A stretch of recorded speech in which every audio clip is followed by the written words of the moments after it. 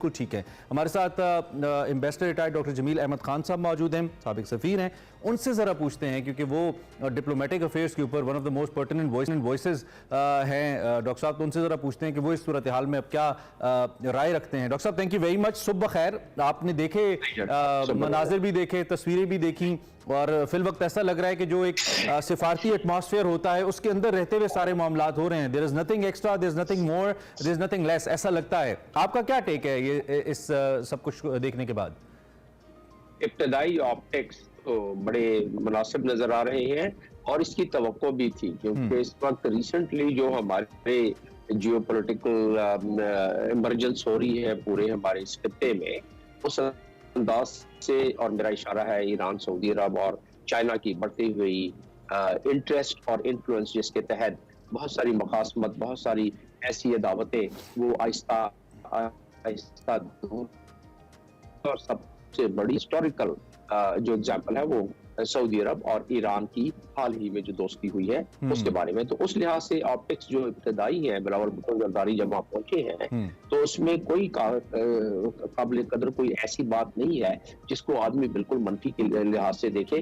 ज्यादातर मस्बत ऑप्टिक्स नजर आ रहे हैं और आने भी चाहिए। बेसिकली हम उस अदसे से देखते हैं, उस लेंस से देखते हैं कि जैसे ये बायलैटरल हमारा कोई उनसे मुलाकात है इंडिया के किसी रहनुमा से या वज़ीर ख़ारिजा से, ऐसा तो नहीं है। ये तो मल्टीलैटरल फोरम है जिसमें कि शंघाई कोऑपरेशन के टोटल 8 मेंबर पाकिस्तान समेत हैं। तो उनके एक चार्टर है, उस चार्टर के तहत एजेंडा बनता है और एजेंडे के तहत फिर डिस्कशन होती है। उस एजेंडे में बायलैटरल चीजें शामिल नहीं की जाती हैं, इसलिए कि वो चार्टर के आर्टिकल 2 के खिलाफ है कि ममालिक अपने बायलैटरल मामलात को और मुखासमत को मल्टीलैटरल, जिसे शंघाई कोऑपरेशन ऑर्गेनाइजेशन पे ला सके, क्योंकि उसके चार्टर में वो नहीं आता है, लिहाजा वो नहीं लाया जा सकता। और सबसे बड़ी बात यह है कि ये 8 ममालिक, और जब सऊदी अरब और ईरान आ जाएगा तो और कभी और ताकतवर हो जाएगा। अभी डायलॉग मेंबर है, अगले साल अंदाजा ये हो रहा है कि परमानेंट मेंबरशिप उनको मिल जाएगी। तो ऐसी सूरत में दुनिया की ये वो खित्ता है, ये वो ममालिक है, ये वो ब्लॉक है जो कि 40% दुनिया की पॉपुलेशन इसमें है और 30% दुनिया की GDP इसमें है। 4 न्यूक्लियर ममालिक है। तो ये एक फोरम, इसकी अहमियत, अफादियत इंडिया बहुत खूबी, बहुत अच्छी तरीके से जानता है। ये बात दुरुस्त है कि इंडिया वेस्ट के साथ काफी अपने ताल्लुकात को उसको ज्यादा परवान चढ़ा रहा है, लेकिन इंडिया को ये भी अंदाजा है कि शंघाई कोऑपरेशन ऑर्गेनाइजेशन से अगर वो बिछड़ गया और इसमें उसने दिलचस्पी नहीं ली तो उसके मफादात आधे रह जाएंगे। वो कैसे? वो इस तरह के इंडिया के जो ख्वाब है, इंडिया के जो विजन है और गोल्स हैं, वो ये है कि अपनी तिजारत, अपनी इन्वेस्टमेंट, अपनी ट्रेड को मजीद बढ़ाए।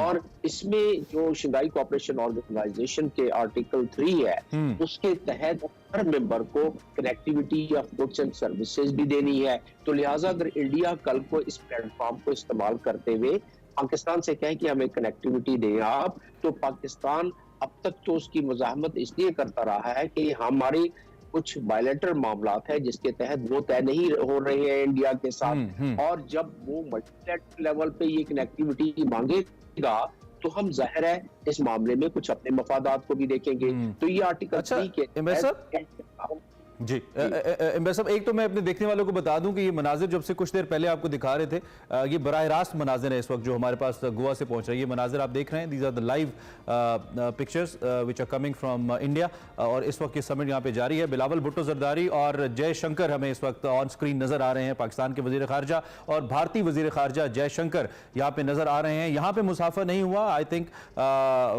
डिप्लोमेटिकली ये जो इस वक्त तकरीब जारी है ये इसका हिस्सा नहीं है, लेकिन दोनों वज़राए खारजा बारल एक फ्रेम के अंदर हमें नजर आए हैं। दोनों ने मुस्कुराहट का तबादला किया है। बिलावल भुट्टो जरदारी ने भी पाकिस्तानी खैर मकतबी अंदाज में वेलकम किया उनकी विश को, जो कि इंडियन फॉरेन मिनिस्टर ने उनके सामने रखी। तो ये बराह रास्त मनाजिर हैं जी, सीन्स जो हमने आपको दिखाए। अच्छा, आगे बढ़ते हैं। एम्बेसडर साहब, हम इस सारी सूरत हाल पे जो बात कर रहे हैं, एक तो ये कि आपने चूंकि सऊदी अरब और ईरान का जिक्र किया, और मुझे मालूम है कि अचानक से नहीं होता, आपने तो बहुत ऐसा UAE के अंदर बतौर एम्बेसडर सर्व भी किया है, तो आप जो गल्फ स्टेट्स हैं उनके माइंड माइंडसेट को भी समझते हैं। एक डिप्लोमेसी होती है, एक पूरा ट्रैक होता है, जिसके बाद इतना बड़ा डिसीजन कि जिसमें दो मुखालिफ ममालिक के वज़ाए ख़ारिजा आपस में हाथ मिला लें, जैसे कि ईरान और सऊदी अरेबिया। तो ये रोल चीन ने प्ले किया। क्या चीन इस एससीओ के बैकडोर के ऊपर कोई ऐसा रोल पाकिस्तान और इंडिया के दरमियान भी प्ले कर सकता है? क्योंकि चीन ने आज तक पाकिस्तान के मौक़िफ़ की तो हिमायत की है, लेकिन ओपनली पाकिस्तान इंडिया फ्रेंडशिप के हवाले से बात नहीं की। जी हाँ, देखिए, डिप्लोमेसी नाम है कंटिन्यूटी और कंसिस्टेंसी का। चाइना भी कंटिन्यूटी और कंसिस्टेंसी के साथ इस खत्ते के लिए, इस खत्ते के जो ममालिक हैं उनमें जो उनकी कदूरतें हैं उनको दूर करने की भी कोशिश कर रहा है। न सिर्फ यहाँ बल्कि फ़लस्तीन और इजराइल के मामले में अब चाइना उसमें भी मैदान में आ गया है और काफी पेशरफ्त आगे बढ़ाने की कोशिश कर रहा है चाइना।